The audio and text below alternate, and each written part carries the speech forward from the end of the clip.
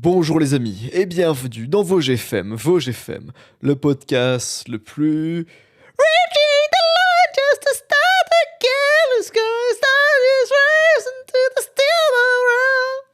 Les amis. Steel Ball Run. The Steel Ball Run. You know, the Steel Ball Run.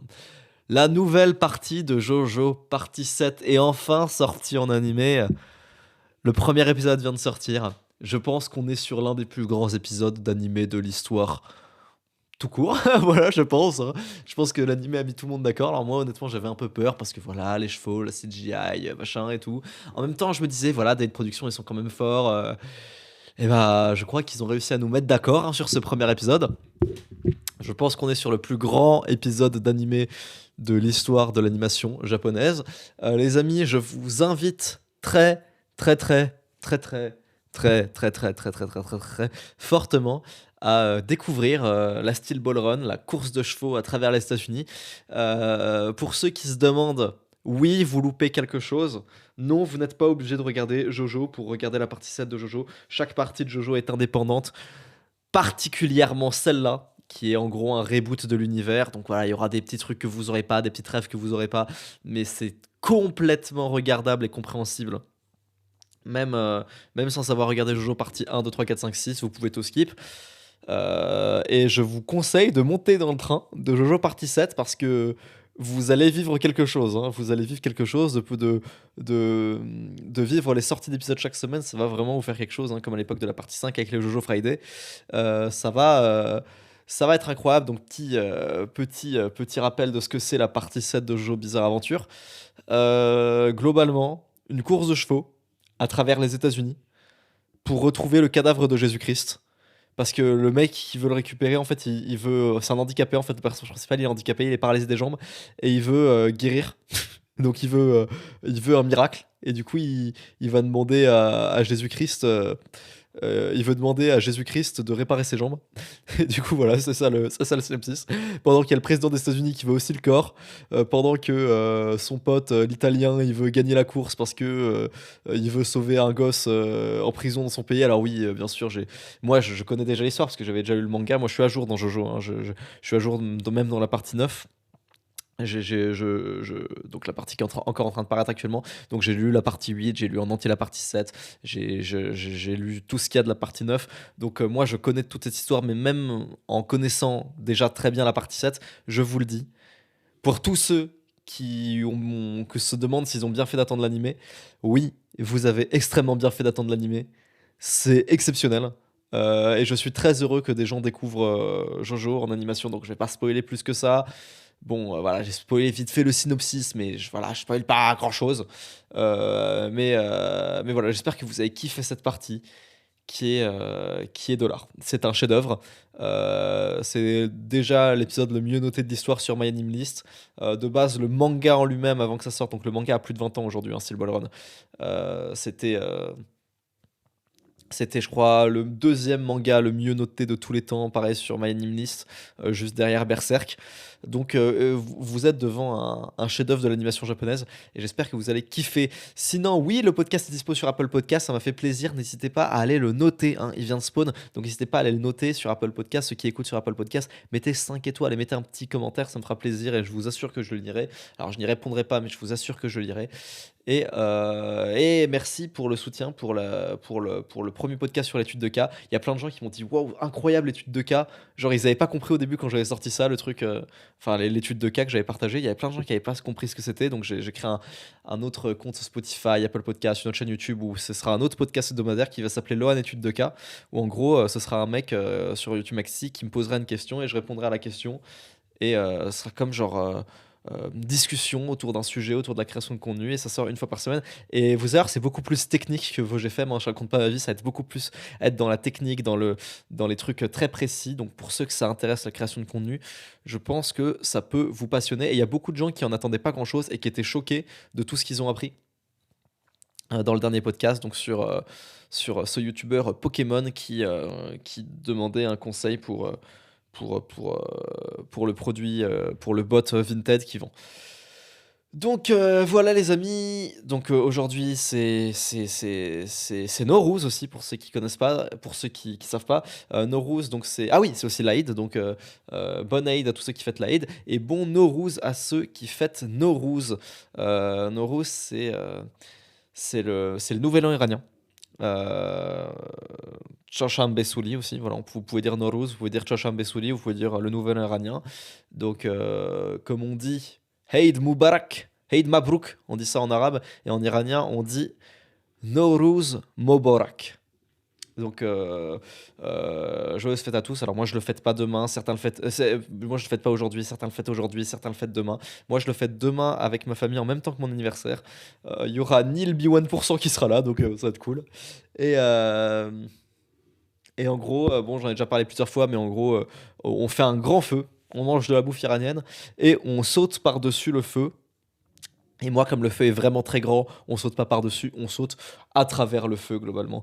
Et c'est, je pense, une de mes fêtes préférées dans l'année parce que c'est une bonne occasion pour se réunir. Souvent, on le fête en même temps que mon anniversaire, c'est-à-dire que en début de soirée, on fête Nowruz chez mon oncle, ensuite on va chez moi et on fête mon anniversaire.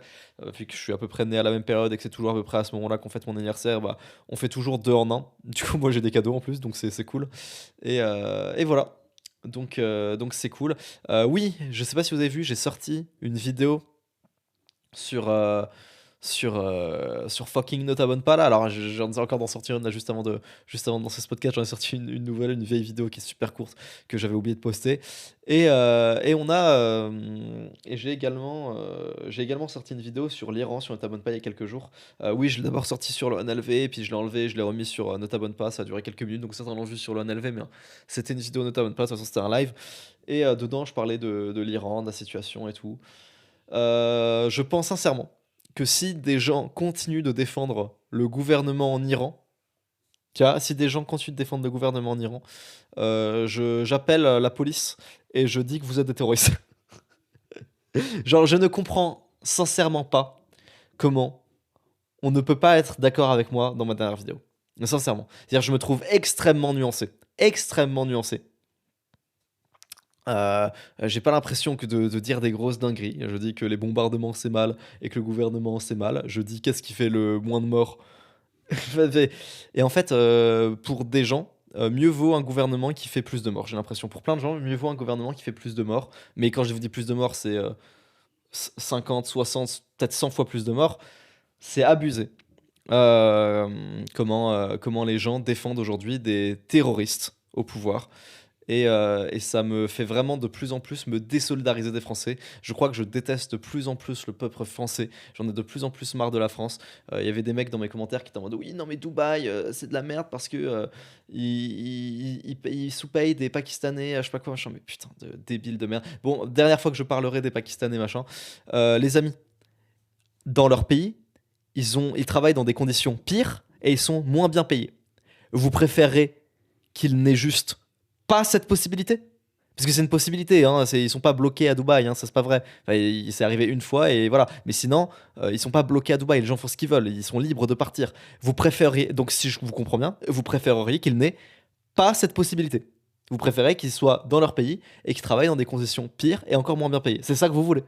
Dites-le, dites-le. Voilà, c'est moi, je préfère qu'ils aient pas cette possibilité. Entre avoir cette possibilité et ne pas l'avoir, je préfère qu'ils ne l'aient pas. Parce que comme ça, au moins, c'est pas des mecs de Dubaï qui les exploitent. Ils se font encore exploiter encore plus durement chez eux. Et dans ce cas, dites pareil de la France avec l'Algérie. Enfin, c'est du grand n'importe quoi. Encore une fois, toutes les excuses sont bonnes pour cracher sur Dubaï. Je déteste de plus en plus le peuple français. Je me rends compte d'à quel point les gens sont débiles. C'est-à-dire qu'un mec comme moi, qui vit une vie complètement normale, banale, qui est très souvent raison, puisque bah, j'ai forcément raison dans ma vie, puisque bah, je réussis, tu vois, genre, en fait, ça revient à ce que je disais un jour dans une vidéo, si t'es si intelligent, pourquoi t'es pauvre, tu vois? Mais c'est pas que ça, c'est je réussis bien, niveau couple, je réussis bien, niveau pro, je réussis bien, niveau famille, je réussis bien, niveau physique, je réussis bien, enfin, genre, je réussis bien tout, en fait. Et comme je réussis bien tout, j'ai assez confiance en moi et je dis des trucs, mais qui, dans mon langage, qui semblent banals, qui semblent banals. Genre quand je dis, ouais, n'importe qui peut faire 100 000 abonnés en, en 5 ans de travail, 8 heures par jour comme dans un master, si tu fais que des vidéos YouTube à la place de faire ton master, t'as 100 000 abonnés. Tu vois, quand je dis des trucs comme ça qui me semblent banals dans ma tête, peut-être que dans votre langue aussi, ça vous semble banal. Genre, vous me suivez, vous êtes un minimum d'effets perso, vous me comprenez, on parle la même langue. Vous êtes en mode, oui, bah oui, c'est banal. N'importe qui fait 5 heures par jour, 8 heures par jour pendant 5 ans des vidéos sur YouTube, à la fin, il a 100 000 abonnés. Bah, même s'il part de zéro, enfin, c'est tellement logique, tu vois. Et quand je vois que ça fait polémique, où je dis des trucs, mais qui me semblent normaux, et que ça fait polémique, tu vois, je suis en mode, mais en fait, genre, ces gens ne vivent pas dans le vrai monde, tu vois. Tu vois, genre, il y a des gens, ils vivent pas dans le même monde que nous. Et en fait, de plus en plus, le peuple français est un peuple de trisomique. Je suis désolé de vous le dire. Je suis désolé de vous le dire. Je regardais quoi? Je regardais. Donc, je sais pas si vous savez ça en ce moment sur Instagram. Vous avez des fruits IA qui se trompent. Est-ce que vous avez cette histoire-là? Genre des fruits, genre une banane qui sort avec une fraise et la fraise elle le trompe avec le chocolat noir. Est-ce que vous avez vu ça? Est-ce que vous avez ces histoires-là? Censé c'est de l'IA et tout. Et moi je vois ça, je rigole et tout. Et genre 2 jours plus tard, je vois une vidéo de Combini qui sort. La tendance des fruits masculinistes, ce que ça dit de la société et tout. Je me dis, waouh. Mais c'est pour ça que ce pays est en train de mourir. Et Combini qui fait une vidéo sur les fruits masculinistes. Et en fait, et je regarde les commentaires et je me dis, je me dis, ouais, bon, les gens en commentaire vont se foutre de leur gueule parce que bah, ils sont vraiment débiles à faire une vidéo sur ça, tu vois. Et les commentaires, c'est que des gens en mode, ah, je valide avec vous, putain, pour une fois que les messages masculinistes ne rentrent pas dans la société. Je suis en mode, mais je me dis, mais c'est ça, c'est pour ça que ce pays est en train de mourir, tu vois. Et je me dis, on est vraiment un pays de Tahan Fahan. Je pense qu'on est vraiment un pays de trisomique au dernier degré, qui ne vit pas dans la réalité. Qui, vous savez, je suis pas un mec qui est. Par exemple, je vais vous donner un exemple. Je suis pas un mec qui est genre. Un mec en mode ouais, le body count, les femmes. Je suis vraiment en mode ouais, faites ce que vous voulez et tout. Mais là, j'avais un débat avec un gars. En live. Donc, ce sera ça sur sa chaîne Twitch, voilà. Et genre, j'étais en live avec un mec qui faisait un live, tu vois. Et on avait ce débat sur le body count. Et moi, genre, je suis même pas en mode spécialement en mode oui, le body count, c'est important. Je m'en fous, en vrai de vrai, je m'en fous, tu vois. Mais j'avais juste l'impression que le mec n'était pas dans la réalité. Ou alors il ne connaît pas, ça se trouve, il connaît pas trop les meufs, tu vois. Mais genre, un moment, le mec me disait, mais il y a aucune. Enfin, genre, quand on vient à dire, il y a aucune différence. Que mec ou meuf, hein, il y a aucune différence entre une fille qui a 500 de body count et une fille qui a 0 de body count. Il y a aucune différence. Genre, il y a pas de différence entre une fille qui a 500 de body count et une fille qui a 1 de body count. Genre, dis que ça te dérange pas si tu veux. Dis que tu t'en fous. Mais, enfin, n'importe qui est sorti un peu dans sa vie, qui a fait un peu des rencontres dans sa vie, c'est que ce n'est pas pareil. C'est que les filles ne sont pas les mêmes. Que, enfin, genre, en fait, on dirait que c'est des gens qui ont un narratif, tout ça, et c'est impossible de sortir de leur narratif sans être dans le masculinisme ou dans les clichés sexistes ou quoi. Juste dire, bah non, effectivement, c'est pas la même chose d'avoir une relation longue avec une fille qui a 170 cônes qu'avec une fille qui en a zéro. Enfin, peut-être que pour vous, c'est en mode, bah oui, c'est logique, c'est pas pareil, tu vois, il y a plein de différences. Non, dans leur tête, c'est non, il y a aucune différence. C'est comme des fois, sans être un masculiniste ou en mode, ouais, spécialement misogyne ou quoi, mais on est d'accord qu'il y a des différences entre les comportements des hommes et des femmes. Il y a des différences entre les comportements naturels parce que les hormones font que bah il y a des différences naturelles, tu vois. Et j'ai l'impression que genre aujourd'hui tu ne peux même pas le dire. Genre en mode ah non non, il y a aucune différence, tu vois. Je me suis. Et en fait, ces gens vivent dans une réalité parallèle et c'est vraiment tout le peuple français qui devient de plus en plus comme ça. Ces gens vivent vraiment dans une dimension parallèle où dès qu'on sort un petit peu de leur dogme, de leur truc, ils ont l'impression que c'est pas bien et donc ils disent n'importe. Je sais pas comment le décrire, mais j'ai vraiment l'impression que ce peuple est en train de mourir. Que ce peuple va se faire laminer par les impôts, tu vois, et par les Américains et par les Chinois. Les amis, je pense qu'il est temps de partir. Pour tout le monde, vous devez partir. Genre, je n'arrive pas aujourd'hui, je vous assure que ça, je ne peux pas aujourd'hui parler avec un Français normal sans que j'ai l'impression de parler à un trisomique. Sincèrement. Genre, pareil, des fois, je vois des commentaires de gens ou des tweets de gens, même, tu sais, des fois, je dis des trucs banals, tu vois. Mais quand je vous dis banal, c'est genre, oui, quand tu fais. Euh, si tu fais 5 ans de vidéos sur YouTube, bah, t'as 100 000 abonnés, enfin, c'est logique, tu vois. Et, et je vois les tweets des gens, genre les mecs qui sont en mode, oui, il est trop sûr de lui, il m'énerve, le mec, il croit toujours qu'il a trop raison et tout. Mais je suis en mode, Je pense sincèrement qu'on a un peuple de trisomiques et que on est vraiment entouré de trisomiques autour de nous. Et c'est très grave.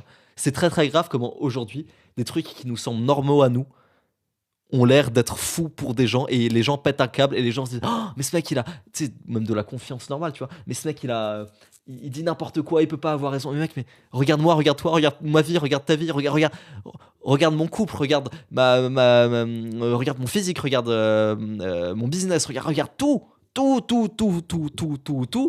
part du principe que j'ai un peu plus raison que toi, un minimum, tu vois. Et là, vous allez dire, ouais, t'as trop d'ego, j'avoue, j'ai un peu d'ego. Mais en fait, à un moment donné, il y a un souci. Tu peux pas avoir raison. Si tu peux pas bien penser, il y a un souci dans ton cerveau, tu vois. Et non, les gens sont en mode non. Et de plus en plus, j'en ai marre de la France, j'en ai marre des Français, les Français surtout, la France, je m'en bats les couilles, tu vois. Mais les Français surtout, j'ai l'impression d'être entouré de débiles mentaux, profonds. Et, euh, et ça devient dur. Et encore une fois, je sais que les gens qui vont dire oh là là, le mec, il a trop d'ego et tout. Bah, si tu veux, j'ai de l'ego. Si t'as envie, j'ai de l'ego. Pour moi, c'est des trucs, c'est des tapines hein, pour moi. Quand je dis que ouais, il suffit de faire ça pour réussir ça, il suffit de faire ça pour réussir ça. Pour moi et pour les gens qui me suivent, c'est des tapines. Pour vous, c'est ouais, le mec a trop d'ego. Mais pour moi et les gens qui me suivent, pour mes potes, c'est des tapines.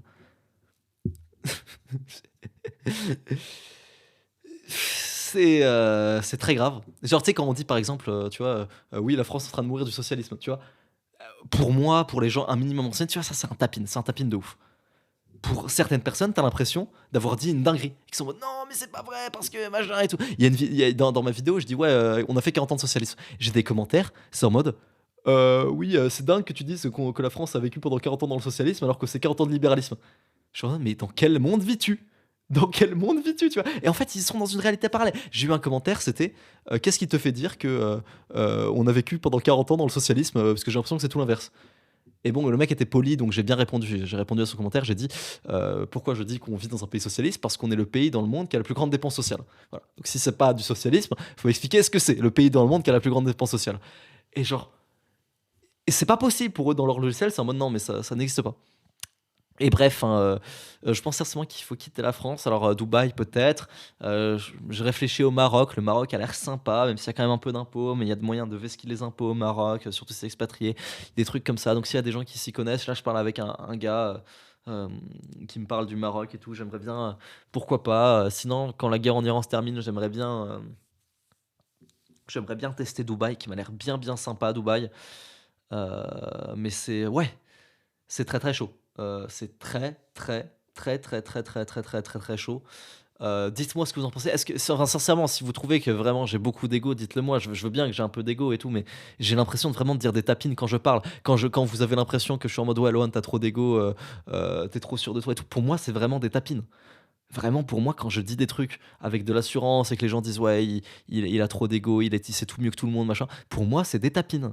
Est-ce que c'est. Dites-moi, hein, s'il vous plaît, si je suis d'élu, je le prendrai pas mal. Dites-moi si vous pensez que je dis de la merde et que je suis d'élu de ouf, ou si vraiment tout le monde est trisomique autour de moi. Est-ce que c'est moi qui suis à l'envers ou c'est le monde qui est à l'envers? Dites-le moi s'il vous plaît en commentaire, je prendrai pas mal. Vraiment, n'hésitez pas à me dire non, Lohan, tu te trompes, machin, tu dis n'importe quoi. Si vraiment vous.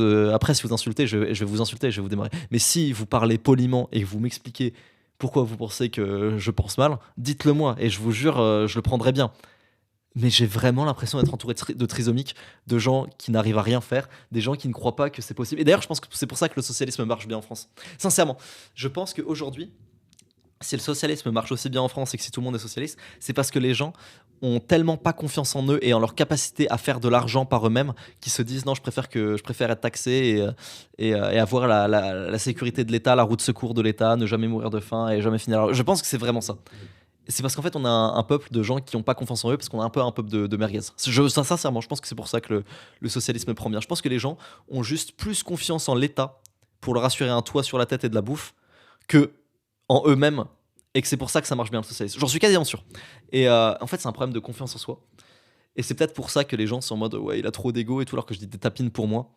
Je pense sincèrement que c'est ça. Je pense que les gens n'ont tellement pas confiance en eux, sont tellement euh, pas confiants dans leur capacité à faire des projets ou à atteindre des objectifs, genre 100 000 abonnés sur YouTube, et que quand moi je parle, ça les énerve, tu vois. Mais en fait, c'est comme ça. Et c'est pour ça on vit dans un état communiste, parce que les gens, je pense que c'est ça, dites-moi si je me trompe, mais moi je pense que c'est mon analyse. Je pense que les gens, ils ont tellement pas confiance en eux, ils ont tellement pas leur confiance en leur capacité à entreprendre et à créer de la valeur économique et à gagner de l'argent par eux-mêmes, qu'ils se disent: «Non mais c'est plus safe l'État».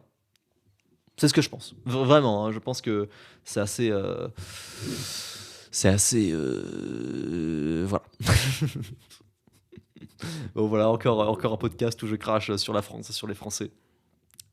Mais, mais au fond, quand je serai parti, je sais que ça ira mieux. Quand je serai parti, je pourrais, heu, je pourrais discuter avec eux, tu vois? Je pourrais discuter avec les gens que je considère être des gros débiles, machin et tout.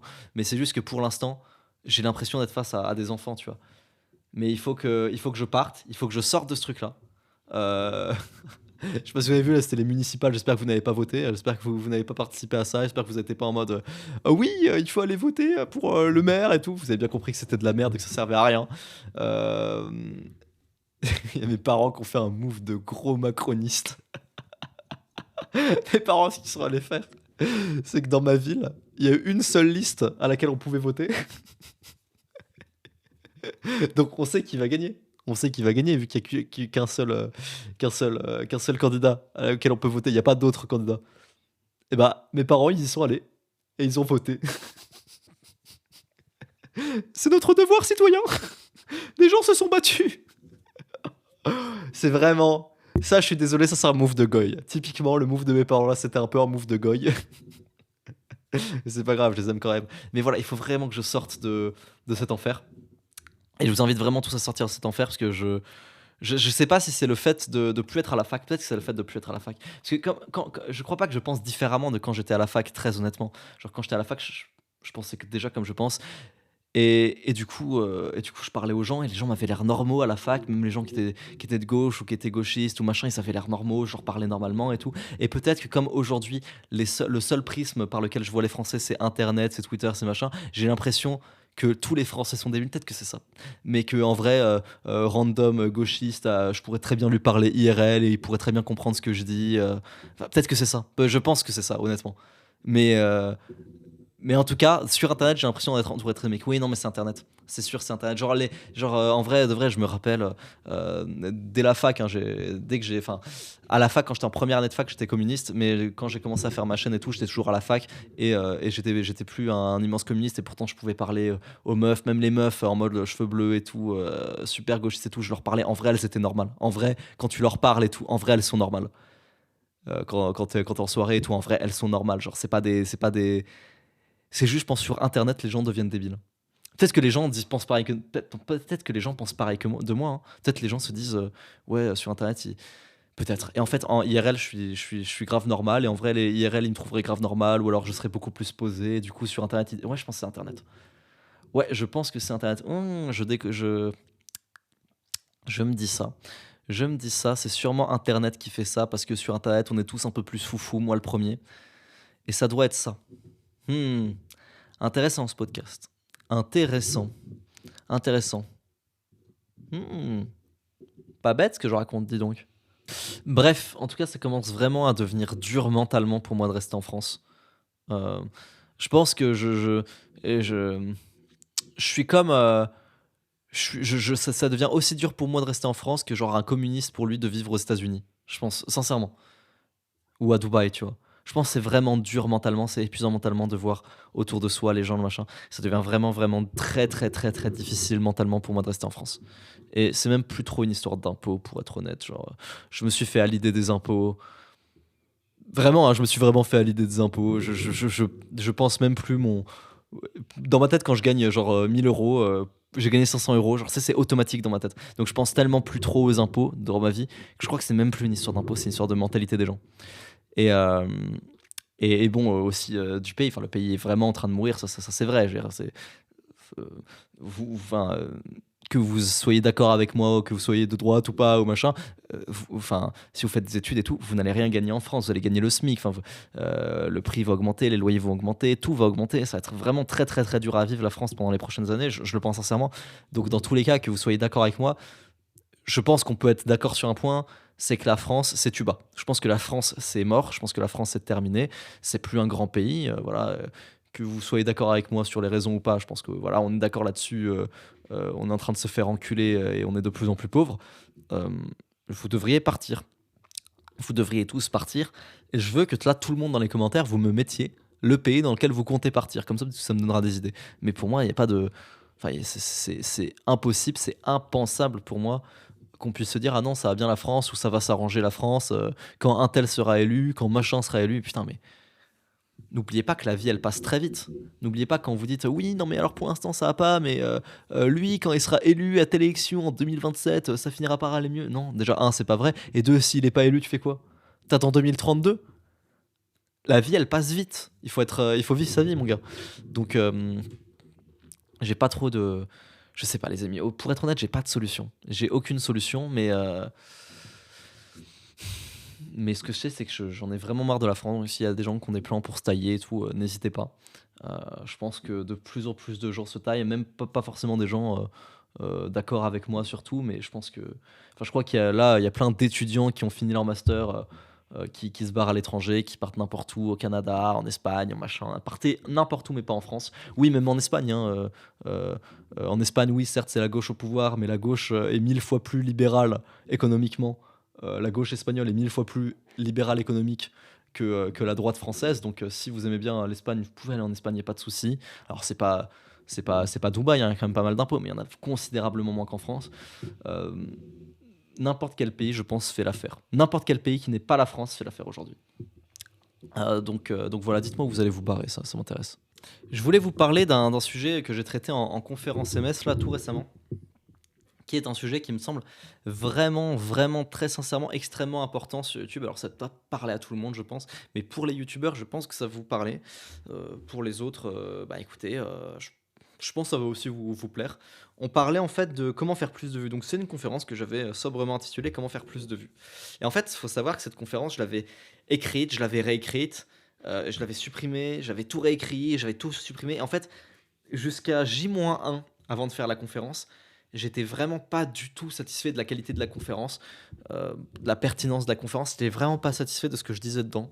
Donc au début, la première version de la conférence était une sorte de plein de petites techniques, plein de petites astuces que vous pouvez cumuler sur vidéo ou sur votre chaîne YouTube. Alors, c'est jamais des petites astuces algorithmiques. J'en donne une en fait.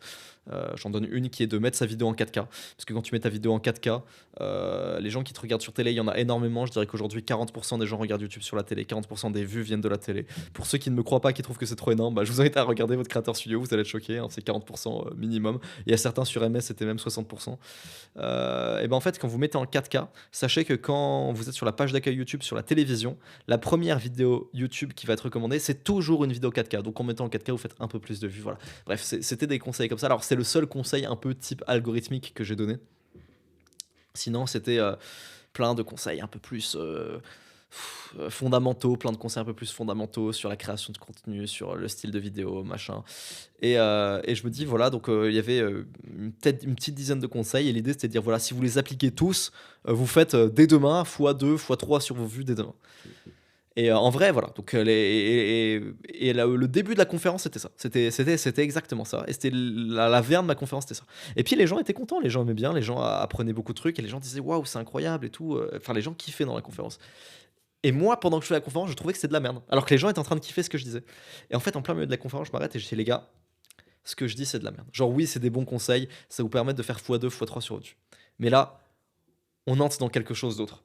La question, c'est pas comment on fait x2 ou x3 sur nos vues, sur nos vidéos, quand on en fait genre 10 000, 20 000, 30 000, 40 000, même 50 000, même 100 000. Le but, c'est pas de faire x2, x3 sur ça. L'idée, c'est comment on devient une superstar. Comment on devient vraiment une icône d'Internet, de YouTube. Euh, Comment je peux me faire inviter dans une vidéo Squeezie, parce qu'on va pas se mentir, si t'es là, tu fais tes vidéos storytelling sur l'automobile et que oui, en fait, ta première vidéo elle a fait 30 000 vues et qu'en fait, tu cumules toutes mes astuces et qu'à la fin, ta vidéo suivante, elle réussit à faire 50 000 ou 55 000 ou 60 000.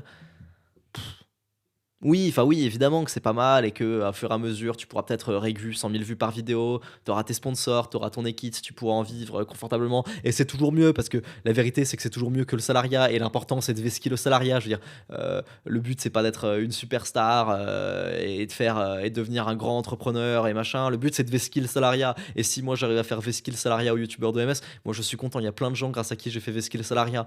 C'est pas ça l'idée. Mais je suis content quand je fais ça. Mais l'idée, c'était de me dire: «Mais comment on fait, en fait, aujourd'hui, en big 2026, pour devenir une superstar?» L'idée, c'est pas comment faire en sorte que ma vidéo storytelling sur l'automobile, elle fasse plus de vues. C'est comment on construit une vraie image de marque. Et toute cette conférence, c'était sur le sujet du branding. Alors, je vais reprendre mes notes, je vais pas redire tout, parce que si je redis tout, ça se fait pas pour les gens sur MS, qui je refais la conférence sur Maxi.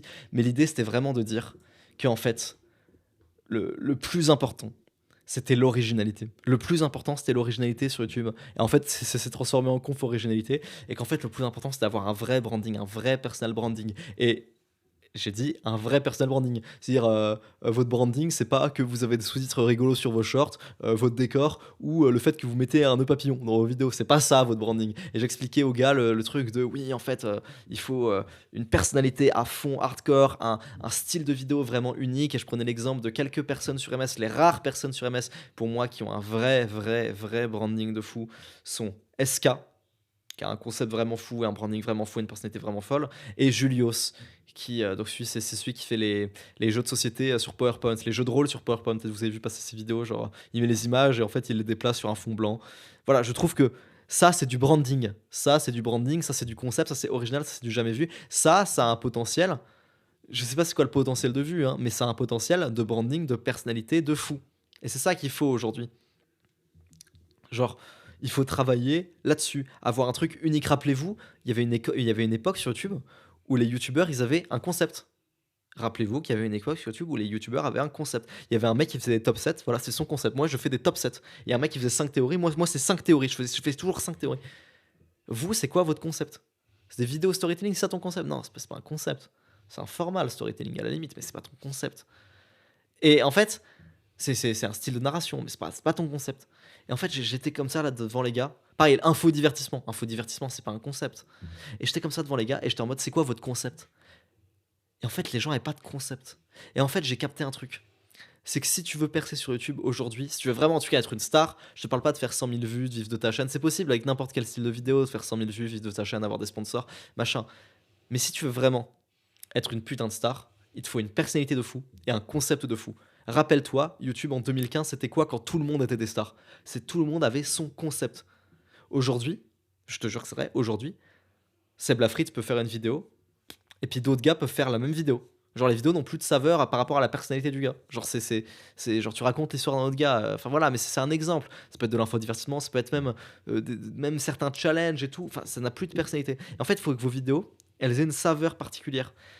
Honnêtement, sur MS, même sur Archiprod, je connais très peu de gars qui ont ce truc-là, qui ont vraiment une personnalité de fou, qui peut percer. Moi, je pense que j'ai la personnalité et pas le concept. D'ailleurs, ma personnalité est la preuve. Enfin, je marche de fou sur TikTok. Genre, je fais les extraits de les gens que les gens font de moi. Ils percent de fou sur TikTok.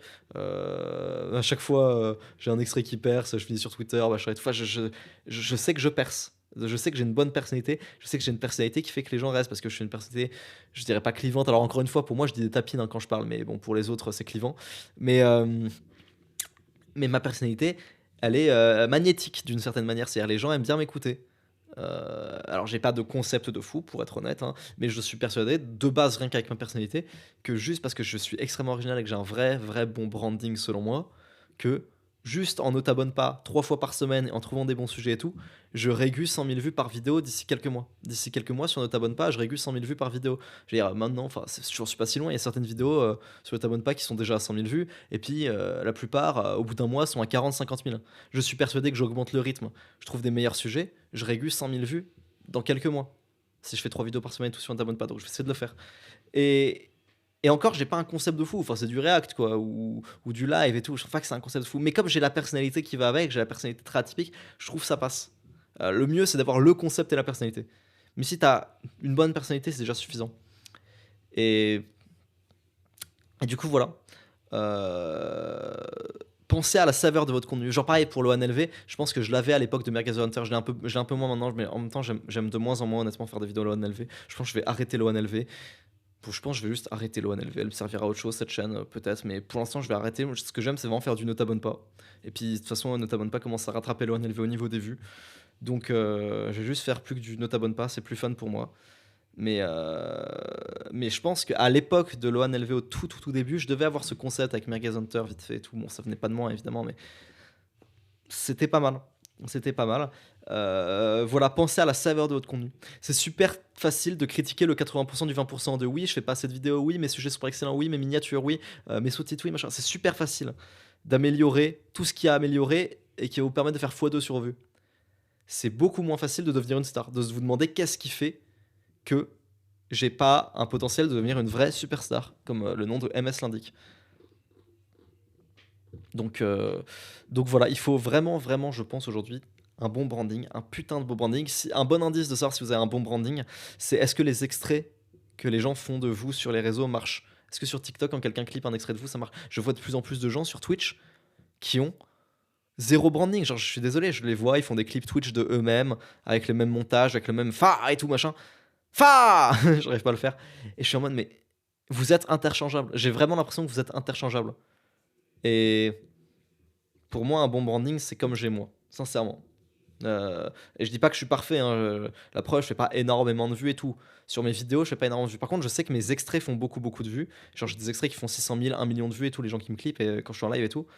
C'est ça qui me fait me dire que j'ai un potentiel. J'ai vraiment un gros potentiel sur Ne t'abonne pas. Ça veut pas dire que je vais faire et que je vais faire énormément de vues sur Ne t'abonne pas. Je vais essayer. Mais en tout cas, le fait que mes extraits de live marchent énormément et je fais parler de moi, même en dehors de YouTube, je me dis que j'ai le branding qu'il faut. J'ai le branding nécessaire. Parce que pour moi, c'est naturel. Genre, quand je parle et que ça énerve les gens ou que les gens sont d'accord et que en fait, je clive les gens et que les gens se battent en commentaire, pour moi, c'est naturel. Genre, c'est pas un truc que je pense pas et que j'ai fait exprès de rage bait et tout. Parfois, ça m'arrive de rage bait, mais genre, quand je rage bait, c'est vraiment obvious, tu vois. S'il y a un doute, c'est que je rage bait pas, tu vois. Et je suis vraiment en mode. Tu vois, pareil, Regel Goria. Regel Goria, pareil, branding de fou. En fait, c'est encore plus fort, c'est le concept, sa personnalité. Bref, c'est difficile de se formuler cette critique pour soi-même, de est-ce que je fais bien les choses et tout, mais franchement, je pense que pour tous les youtubeurs, arrêtez de vous demander comment je fais x2 sur mes vues. Demandez-vous comment je deviens une superstar, comment je fais x10, comment je me fais inviter chez Squeezie. Voilà, demandez-vous ça. Comment je me fais inviter chez Zach Angouli, demandez-vous ça. Demandez-vous pas comment je fais x2 sur mes vidéos storytelling. D'accord? Voilà, c'était mon petit conseil, le petit conseil YouTube de Lohan. Je pense que ça pourra vous être utile. Alors bien sûr, ça veut pas dire que tout ce qui est, oui, faire des meilleures vidéos, le montage, le machin, le truc, ça marchera pas. Évidemment que si, il faut essayer d'améliorer la technique, faire le plus de vidéos possible, avoir une bonne équipe, bien déléguée. Enfin voilà, tout le reste, c'est pas anecdotique. Mais je veux dire, si la base est pas là, si vous avez pas le concept de fou et la personnalité de fou, c'est compliqué. Et bien sûr que pour autant, il faut aussi faire du volume et tout. Mais je veux dire, voilà, bref, je vais pas refaire toute la conférence MS. Voilà, la conférence MS, elle a duré 1 heure. Je vous en offre 15 minutes gratuites là. Vous en faites ce que vous voulez, mais je pense que vraiment, c'était une très bonne conférence. Je pense que j'ai beaucoup, j'ai beaucoup aidé les gens avec cette conférence. Et on passe tout de suite aux commentaires du dernier VOGFM. Et je vais répondre aux commentaires. On va s'arrêter là. Oui, c'est un podcast un peu court, mais c'est cool, les gars. C'est cool, c'est tranquille. Question, c'est quoi ta funk préférée? Alors c'est un morceau de funk qui s'appelle Ghost. Ça fait et ça parle en russe à un moment. Alors je sais qu'il y a 2 sons de fond qui s'appellent Ghost. Il y en a un où c'est une image d'un squelette en photo de profil, enfin en miniature et ça parle en russe à un moment. Je pense que c'est le truc de fond que j'ai le plus écouté de ma vie, surtout en 2023. Voilà. Question, comment construire un bon entourage? Avec le temps, je dirais, avec le temps. Ouais, laisse le temps faire et puis tu verras. Tu verras par toi-même qui sont les potes, qui sont les mecs qui parlent dans le dos et tout. Je veux dire, moi j'ai eu des potes qui me parlaient dans mon dos et tout, mais en vrai je pense que tout le monde a eu, je pense que vous aussi vous avez eu, je pense que tout le monde a eu. Mon histoire elle est pas unique, mais moi je sais que j'étais très très mal à une époque parce que j'ai appris que des potes parlaient dans mon dos à des soirées et tout. J'ai essayé de couper les ponts avec eux, machin. Et c'est. Et ça, je pense que cette histoire elle est pas du tout unique, je pense que ça arrive à tout le monde, je pense que c'est le temps qui va révéler ça.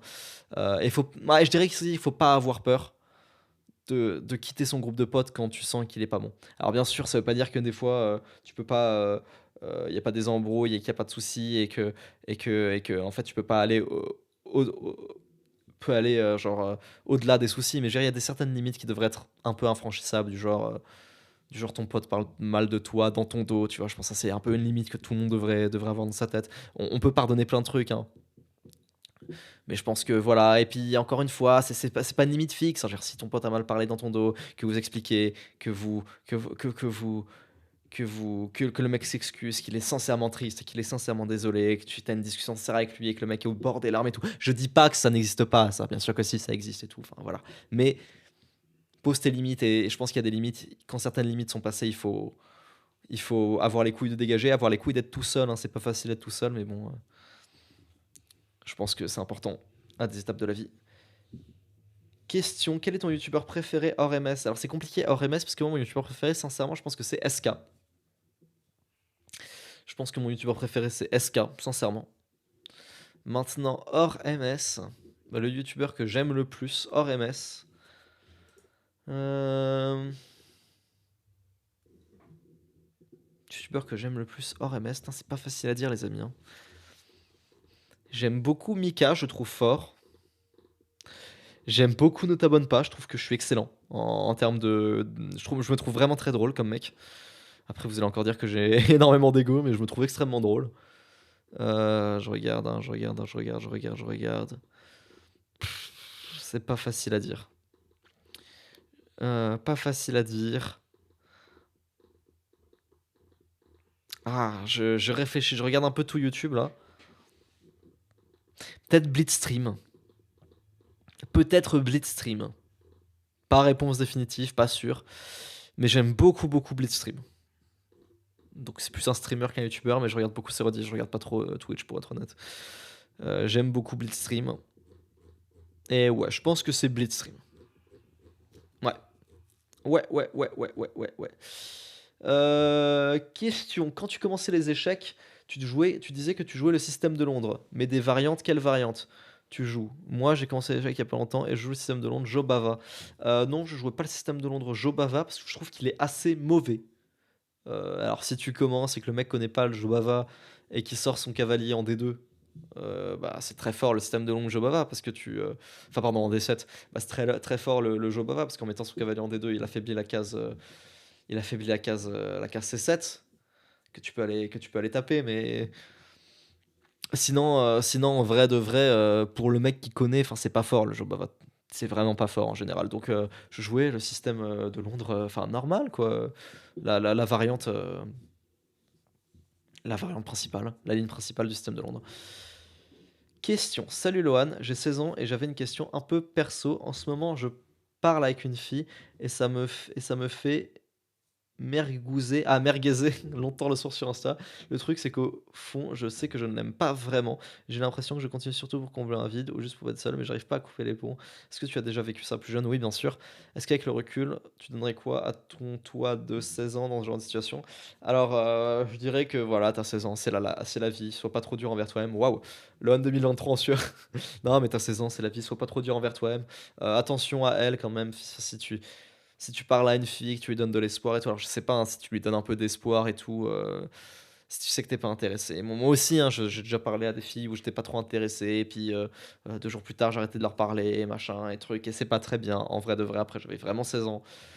Euh, je dirais que. Je dirais que ça fait partie de la vie, voilà, tant que tu merguez pas trop, et puis si vraiment t'as un souci avec Insta, désinstalle Insta, et puis parle-lui vraiment le soir quand t'as fini tous tes objectifs, voilà. Est-ce que les études de STAPS peuvent être intéressantes pour faire coach sportif? Alors, je ne crois à aucune étude. Je suis désolé, Quentin, qui me pose la question. Je ne crois à aucune étude, très sincèrement. Je pense qu'on va tous se faire remplacer par l'IA violemment. Tous. Est-ce que tu penses que c'est possible de faire beaucoup, beaucoup d'argent en spammant les shorts en mode contenu pour débiles, Brainrot, Roblox? Oui. Oui, c'est possible. Et de se faire mastune comme ça, oui, c'est très possible. Pas juste avec la monétisation YouTube, par contre, il faut un petit cheat code dont je parle sur Maxi.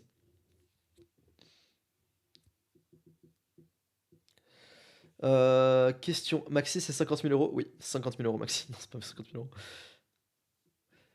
Question. Quand on parle à YouTube Maxi sur Insta, c'est une vraie personne ou une IA qui répond? C'est une vraie personne et c'est même moi. C'est même moi. D'ailleurs, parfois, je fais des vocaux, donc c'est vraiment moi. C'est pas un closer IA ou même pas un closer, c'est vraiment moi qui vous répond quand vous parlez au compte Instagram de YouTube Maxi. D'ailleurs, n'hésitez pas à lui donner de la force, on met des extraits de coaching. Question. Est-ce que tu penses toujours que le bonheur se trouve dans la souffrance?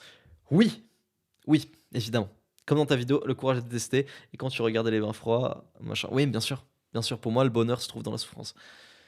Parce que, enfin, le bonheur, je sais pas si on peut appeler ça du bonheur, mais le focus dans l'instant présent, être concentré et apprécier ce qui se passe. Je sais pas si on peut appeler ça du bonheur, hein, mais en tout cas, pour moi, c'est là-dedans qu'on le trouve. En tout cas, les meilleurs états de ma vie, pour moi, c'est dans la souffrance. Forcément. Mental et physique. Que penses-tu de l'année alors après, mieux vaut souffrir physiquement que mentalement, je pense. Ça dépend, enfin ça dépend, encore une fois. Mieux vaut souffrir physiquement que mentalement, je sais pas, en fait. Est-ce que j'ai assez souffert physiquement pour dire ça? Je pense pas.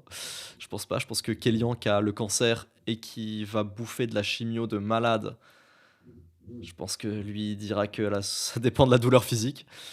En fait, tu sais, on aime bien dire: «Ouais, la douleur physique, c'est moins pire que la douleur, mentale». Bah, je pense que ça dépend. Genre tout le monde a déjà été malade, mais est-ce que tu as vraiment été vraiment méga malade dans ta vie? Tu vois? Je sais pas. En tout cas, pour Kélian, ne vous inquiétez pas, ça va de mieux en mieux. Bon, alors en vrai, il aimerait pas que je dise, tout à sa place et tout, donc je vais rien dire, mais j'imagine que lui veut l'annoncer ou machin. Enfin, voilà, j'en dis pas plus, mais Kélian va bien pour le moment de ce qu'on sait. La chimio se passe très bien. Alors chimio est très douloureuse pour Kélian, il enfin, c'est compliqué la chimio, mais le cancer, lui, c'est tranquille. C'est tranquille, voilà. J'en dis pas plus. Mais évidemment, la chimio le tabasse actuellement. Il a perdu du poids, machin et tout. Mais c'est la chimio qui le rend dans cet état, c'est pas le cancer. Donc ça, c'est cool. Voilà. Que penses-tu de la niche animation sur YouTube? Est-ce qu'on peut faire autre chose que du story time comme Deotoon, Scholasmim? Alors j'en parlais de ça avec quelqu'un sur Maxi là qui s'est lancé dans l'animation. Donc on a quelques youtubeurs dans l'animation, on a Rebycraft, on a Rebeu Deluxe pour ceux qui connaissent Rebeu Deluxe, qui sont sur YouTube Maxi. Je pense de moins en moins que animation c'est niche. D'ailleurs, je pense qu'il faut arrêter avec ce mot de merde qui est le mot niche. Arrêtez avec ça. Ça, c'est les autres formateurs YouTube de merde qui vous ont dit oui, il faut choisir une niche, machin. C'est pas important, la niche, ça ne veut rien dire. C'est un mot de merde qui ne veut rien dire. Bref, je vous. C'est pas une. Et même, voilà, la niche animation, c'est pas une niche. Animation, c'est un format, et dedans, vous pouvez faire ce que vous voulez. Vous pouvez faire de l'infodivertissement, vous pouvez faire des sketchs, vous pouvez faire du storytelling, vous pouvez raconter des histoires, vous pouvez faire des maths, vous pouvez. Enfin, voilà, l'animation, c'est un format, c'est pas une niche. Il y a trop de youtubeurs animation aujourd'hui pour que ça soit une niche. À l'époque où il y avait que Deotoon, ce machin, oui, ok, c'était la niche animation, si tu veux, c'est son concept. Aujourd'hui, c'est plus le cas. C'est plus le cas, c'est plus un concept. C'est un format, c'est tout. Combien de temps ça te prend de faire une vidéo, un montage de quali de 20 minutes? Et en combien de temps ça te prendrait pour la même vidéo tout seul? Alors aujourd'hui, faire une vidéo pour moi de 20 minutes où je délègue le montage, à écrire, à tourner, ça me prend 1h30. Genre par exemple les dernières vidéos LOANLV qui duraient 20 minutes. Pour moi, ça durait 1h30, 30 minutes à écrire, 30 minutes à tourner, et l'extrait de live 30 minutes. Voilà, je suis vraiment un mec qui est très rapide. Et pour la faire tout seul, bah, vous rajoutez le montage, et le montage ça prend beaucoup de temps. Vous rajoutez une bonne après-midi pour le montage. Alors oui, les gens disent oui, Lohan, pareil, t'as trop d'ego, tu crois qu'un montage ça prend une après-midi? Oui, pour moi ça prend une après-midi. Peut-être que pour toi ça prend une semaine. Pour moi, un montage quali de 20 minutes ça prend une après-midi. La preuve, quand j'étais monteur pour Trash, j'étais le monteur le plus rapide. Je montais les vidéos de 20 minutes, je les montais en une après-midi. Vous allez encore dire que j'ai trop d'ego, mais en fait tout est facile pour moi. Genre je suis désolé. Je suis désolé. Vous prenez n'importe quel domaine, si je m'y mets à fond, je suis minimum excellent dans le domaine. Genre YouTube, voilà, je suis excellent. Aux échecs, je suis excellent. Enfin, dans n'importe quel domaine où je m'y mets un peu au sérieux, je suis excellent. Je suis désolé, je suis désolé. Je suis iranien, je suis perse, c'est le génie perse. C'est le génie perse, sincèrement, je le pense sincèrement, je suis un vrai suprémaciste. Question, Kaloulou, Broussatif ou Ogeko? Pour moi, c'est Ogeko, même si je trouve que les trois sont un peu éteints. Flo, c'est un joueur de Roy. Raflo, c'est un joueur de Palutena. Ouais, c'était Flo, le gars avec qui je me battais sur Smash Bros. Comment rencontre-t-on des gens doués, ambitieux comme Kélian, SK, Skyban ou toi? Tu dis qu'il faut bien s'entourer, mais comment faire? Je sais pas trop. Je sais pas, j'ai pas fait exprès de la rencontrer. Moi, je pense que c'est un peu une idée de merde d'aller dans des trucs de networking. Ou essayer d'avoir des amis, laisser ton contact, machin, essayer de se faire des amis. Je pense que c'est naturel. Je pense que tu vis ta vie et tu vas rencontrer naturellement des centaines de personnes par an. Et sur les centaines de personnes que tu vas rencontrer chaque année, tu vas en trouver une, deux, trois qui sont super et avec qui tu vas rester pote. C'est le cas pour B1%, à la base c'était un mec sur MS, et on s'est vu en vrai. C'est le cas pour Kellyan, c'était un gars de trash, mais on était 100, on était minimum 100 chez Trash entre tous les monteurs, tous les rédacteurs et tout. Donc chaque année, quand tu vis ta vie, tu vas rencontrer à peu près une centaine de nouvelles personnes, peut-être un peu plus chaque année. Bah tu gardes les meilleurs, quoi, c'est tout. Vis ta vie normale, essaye pas de forcer.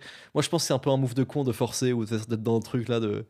euh, ouais, j'ai passé une semaine dans une villa d'entrepreneur. Une villa d'entrepreneur à plus de 10 000 euros par mois. Vas-y, j'arrête. J'arrête de tailler les gens sur Instagram, mais bon, il y a des gens, putain, on les taille pas assez, je trouve. Euh, euh,